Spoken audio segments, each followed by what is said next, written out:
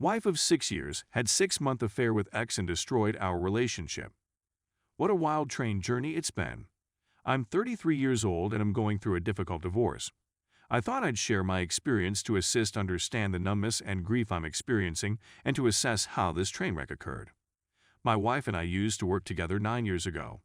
We were instantly drawn to one another from the moment we met. Sparks flew, and we hit it off. I dated a lot in my early 20s, but there was something about her that made me feel comfortable and happy. We chose to marry after dating and living together for many years. Even when I proposed, it didn't seem right to me. We had an open relationship mostly because she desired that lifestyle and, regrettably, agreed to go along with it. Never marry if you are in a polyamorous relationship. Things began to alter immediately after our marriage. With our open marriage, we established a rule that we would only have fun with common friends and that we would discuss agreements ahead of time. My wife confessed to spending a night with her ex-boyfriend just before we purchased our house, and she subsequently stated there was no protection. I was heartbroken. That's when all my trust vanished, and even though I still loved her, I no longer felt appreciated. I chose to place the house exclusively in my name. We purchased it before we were married, but this comes into play later in our divorce procedure. I continued to advance in my work and felt my wife was content. Slowly but steadily, the bedroom pleasure began to seem like a job, and I could sense she was leaving. I should also say that before to our relationship, my wife had a very high body count of males. She yanked the rug out from under me 2 years ago, soon after the epidemic began, and told me she wanted to break away from me and wasn't frightened of providing for herself. She engaged a spiritual coach with the expectation of achieving the same level of achievement straight immediately. Today she is still striving to build her coaching company. Being self-sufficient isn't simple, is it, hun? It also doesn't feel good with all the debasing and treating me like trash, while I continued to financially support her. She used a lot of emotional manipulation to get me to continue providing for and paying for her lifestyle. She persuaded me to sleep in different beds, which I did in order to give her the space she said she needed. At that moment, I should have booted her out of the home. About a year ago, she reunited with the ex-boyfriend with whom she had an affair. To add to my anguish, she chose to commit to a relationship with him while we were still married. Looking back, I'm disgusted with myself for not sticking up for myself at the time and for continuing to let it. She would often provide me love and intimacy here and there in order to keep me unaware of any of my dignity or self-respect, so I played along in order to get any kind of contact with her. I was utterly to her, and she became my whole universe. Last spring, I brought her to Hawaii for a week, and that was the tipping point. It was my last-ditch effort to win her back. We'd even had a professional couples picture session and had a terrific time together. I could see she was still committed in her AP, however. She mentioned she missed her AP not even a day after we returned from our vacation. I was once again disappointed that she could so quickly discard the time and energy we had just spent together. This is where I began to reclaim my dignity. I determined to play up to my image in order to divorce her as undamaged as possible. It's hardly unexpected that she and her partner chose to live together last summer. This is when I mentioned to my wife that I wanted an uncontested divorce. She had strong emotions for her AP, so when I stipulated that I would get the complete equity on the property, my bank accounts, and retirement funds, she consented. After another weekend of vacationing with her AP, I allowed her a week to decide, and she signed the stipulation in front of a notary, and I filed it the same day. She ended up going out to the bar with her AP that night, getting dressed up, and having another personal experience with him, I presume in celebration. Yes, I felt like a cherished spouse. My wife was unable to get lodging with her AP as scheduled 3 weeks later. Now that she is aware of her situation, she has filed a move with the court to reject our agreement and proceed to mediation. What a surprise! I then hired a lawyer, and we appeared in court multiple times. My wife never hired an attorney because she believed her spiritual beliefs informed her she didn't need one. Well, it turns out she lost her case and sought to file an incorrect second motion with her newly hired counsel, which she also lost a few weeks ago. She has now filed an objection to the judge's hearing.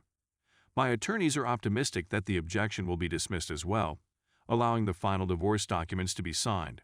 I've accumulated up $10,000 in legal expenses, but my wife also has a lot of bills and may be able to ask for my fees to be reimbursed if I win, but I'll probably pay my own anyhow. Update.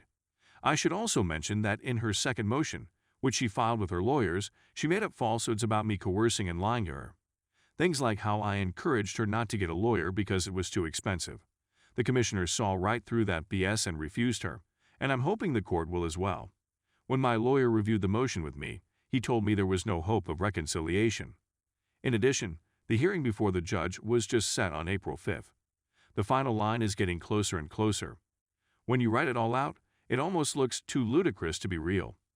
I'm doing my best to endure the present by remaining focused on my profession and trying to enjoy the piano and my other interests so I don't worry about it.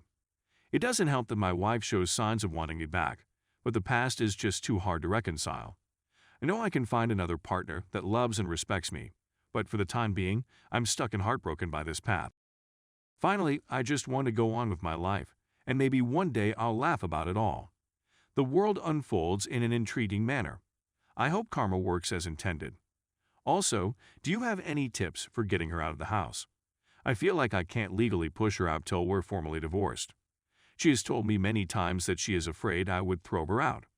At the same time, she informs me that she has alternate living arrangements in mind, but nothing has come to fruition. Story 2. Finding out my girlfriend was cheating on me the entire time we were together. For the first time in my life, I fell in love with a lady I believed was my soulmate. I went above and above for her. While on vacation in another state, I met a lady on Tinder. We began conversing, and I felt a strong connection with her. Our chats flowed smoothly. I returned to the state where I met her a month later, and we had a great weekend together. At the conclusion of the journey, I told her I loved her. I attempted to see her every 2 months or less. She expected me to pay for everything, from the hotel rooms to the meals we shared. I didn't mind paying the money to visit her since I was madly in love with her. After a few months, I began to notice her mistreatment and emotional abuse of me. I was insulted and yelled at for not continuously borrowing her money. Throughout our relationship, I spent $30K on travel, hotels, presents for her, and activities. She would have breakdowns where she would drive off and leave me on the side of the road, or she would attempt to crash us in the vehicle. One night, I was assaulted. I was punched in the chest, my ribs were bruised. I chose to end my relationship with her after the assault because I couldn't tolerate the mental and physical abuse any longer. After a few months of being friends, I reconnected with her with the promise that she had changed and would be good to me. After a few months, the emotional abuse resumed, and it became more worse than before. This went on for over 4 years, and I coped with the abuse by just accepting that this is who she is and that I loved her. After almost 4 years of dating, I discovered she had been prostituting the whole time. She had cheated on me several times over the years and had always tried to keep it a secret, claiming that it was her second job and that it was none of my business. I broke up with her again after 10 months of not speaking with her, and I felt quite depressed without her, so I decided to try again. Within a month of leaving my state and relocating to her state, she was cheating again. I went back to my state, and we've been chatting as friends, but it's been really hard at times, and it seems like I just want to let go, but I'm afraid of letting go. I know I never want to be with her again, yet for some reason, I can't stop talking to her. It was really difficult to go through all of this, and I've been keeping single and working on myself, but I believe I need to truly let go in order to properly recover. I'm left with severe trust difficulties, as well as anguish, dread, regrets, and debt. I need a lot of love and support.